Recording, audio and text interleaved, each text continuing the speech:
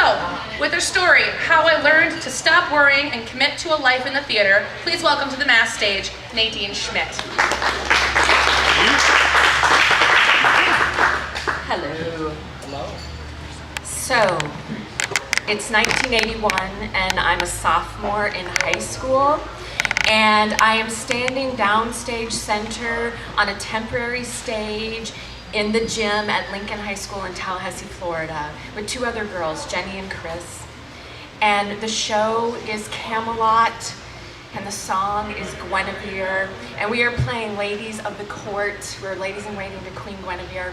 And our director, Mr. Hilton, has told us how important it is that we react to what's going on in this song, because it's not being enacted for the audience.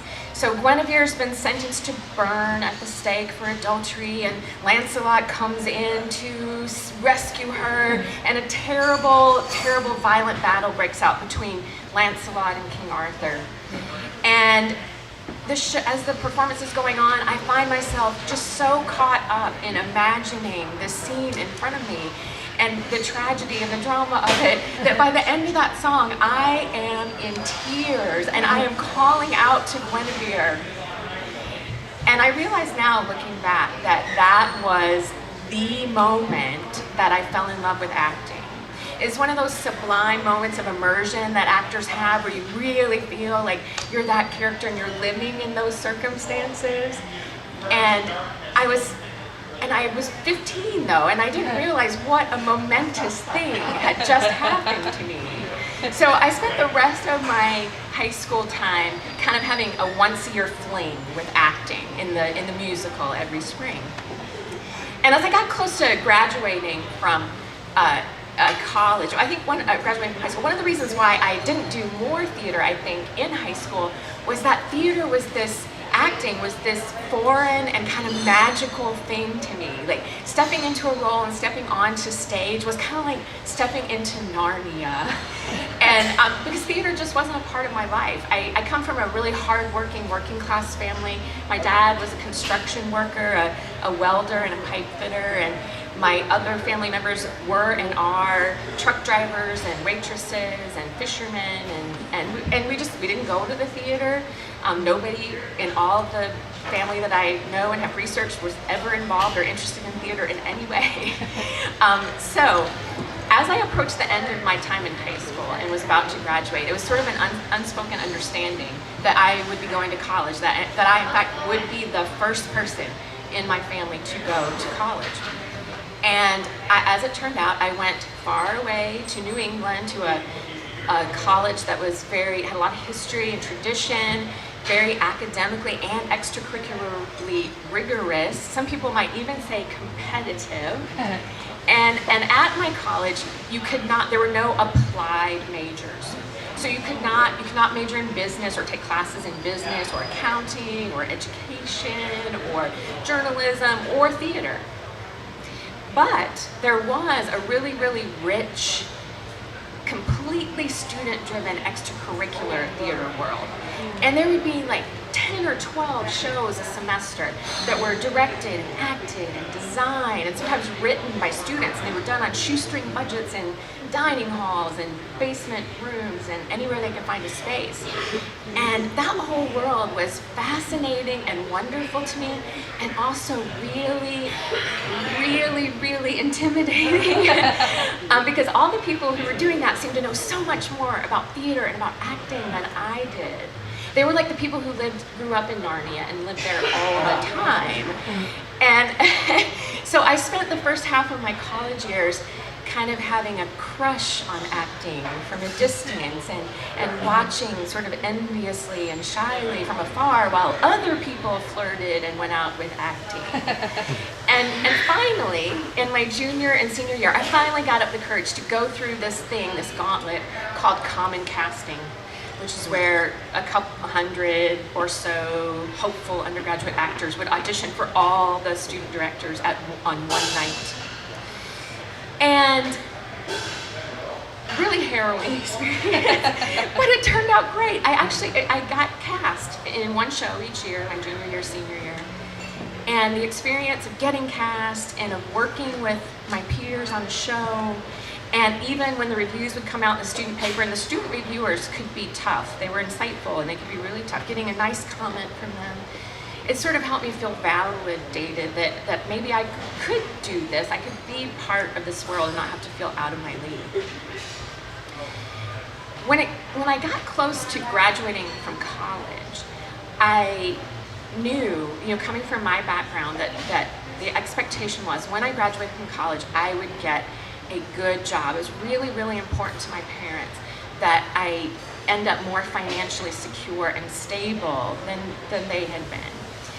And my friends were busy applying to law school and medical school, and they were going on interviews to be things like investment bankers and management consultants, and I had no idea what I wanted to do, but I was absolutely certain that I did not want to do any of those things.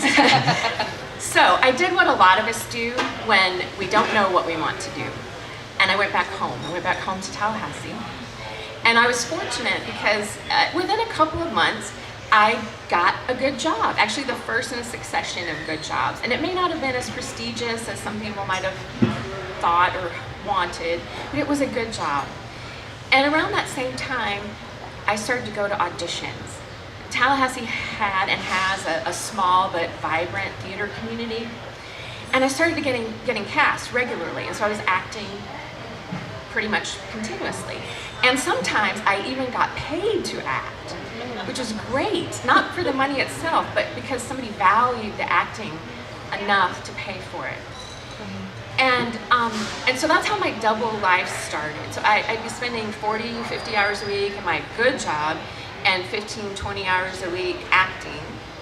And I was gonna say that it was like being married to my good job and having an affair with acting, but it was really like being a bigamist, right? It was like being married to my good job and married to acting. So I'm living this split life. And every once in a while I have this thought, well, maybe I should go to a big city. Maybe I should go to Atlanta or Chicago or New York, try being an actor. And every time that would occur to me, the part of me that is the working class first generation part of me would grab me by the shirt and say, what are you thinking? How will you pay your bills? You will not have any stability or security if you do this. And so I would go right back to my double life. Another really great thing happened to me in Tallahassee, which is that I met my husband, Carl, and he, because of theater, I was at a New Year's Eve party at a mutual friend's house that I met doing theater, and Carl came up to talk to me because he had seen me in a play. So I met my husband, and in 1993 we got married, and in 1994 he finished his PhD in history, and he was offered a faculty job at a university in Joplin, Missouri. So we packed up our house and our cats, and we moved halfway across the country. And fortunately, within a couple of months, I was able to set up the same kind of double life in Joplin that I had in Tallahassee. I worked a good job, 40 hours a week. I was in the acting 15 to 20 hours a week. Joplin also has a small but quality theater community. And I had a sort of series of, I couldn't decide the best word, epiphany, realization, discovery of several things while I was in Joplin. The first one was I started to really feel more legitimate as an actor, because part of me had always thought, if you're not in a big city, can you really call yourself an actor? And I started to realize that in my small cities, I was actually doing more roles in more shows and actually getting paid more for acting, not even counting my good job, than the majority of people who live in big cities and consider themselves actors. So I had that sort of change in thought about what constitutes a real actor. And secondly, I realized that I was really hungry to study acting, to get an education and a training in acting, because everything I knew I learned on the job. And that kind of limited the scope of things that I could do. And so it was kind of pre or very early Google, so you had to actually call and write off for information. And so I did that for Master of Fine Arts programs and MFA programs in acting. And I would look at those brochures and daydream the way some people look at cruise brochures and daydream. And I started taking a class here and there at the university in Joplin in acting, directing, and which was wonderful and so fulfilling. fulfilling. And I met Dr. Jay Fields, who was the head of the theater department there.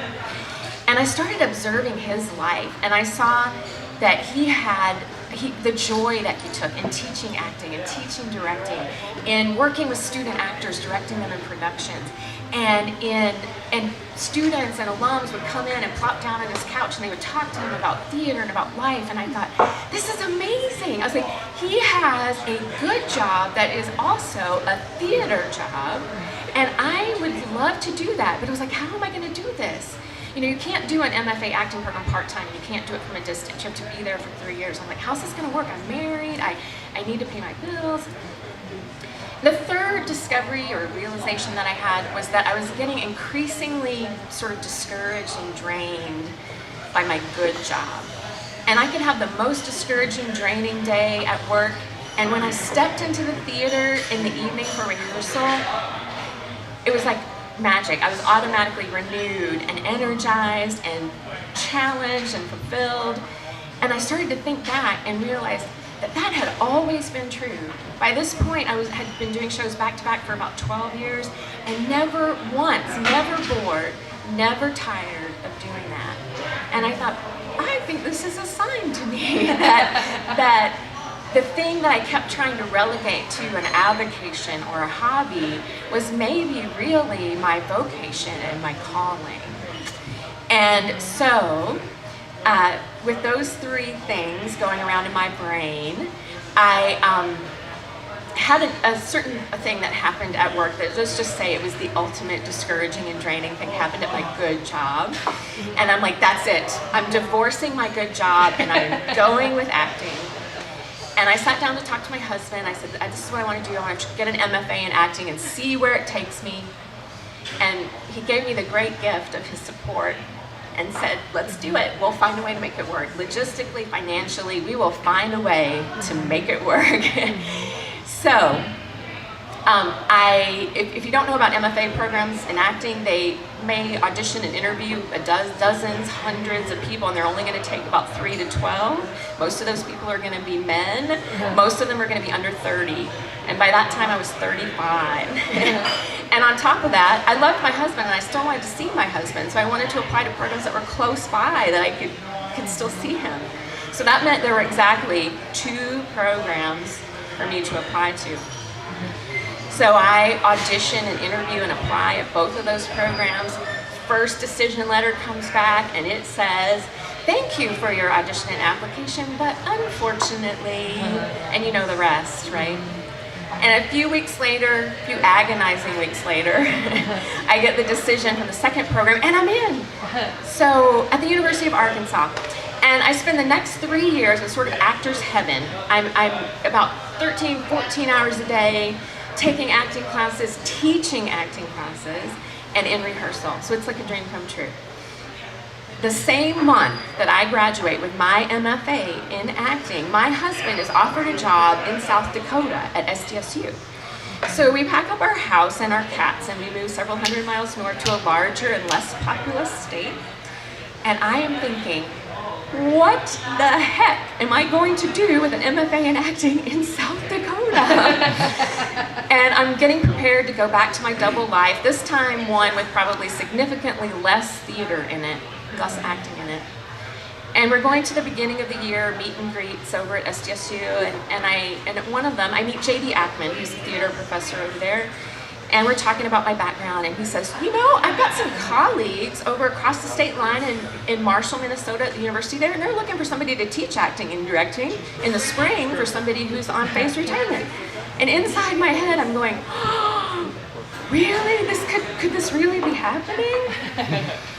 So, to make a long, probably too longish story, a little shorter, I met the folks in the theater program at SMSU, and I was hired as an adjunct in spring 2004. And I loved the students, and I loved my colleagues Sheila Tabaka and Ray Oster and Bill Heslop. And I loved SMSU. It was the perfect size, perfect atmosphere, just like a dream university to me. And then I was like, oh, is this going to last? Is it just going to be one semester? Because that might kill me. And then I was lucky to be hired fixed term, and then the position became tenure track and I had to apply for it, and I got it. And in 2010, I applied for it and was granted tenure and promotion to associate professor.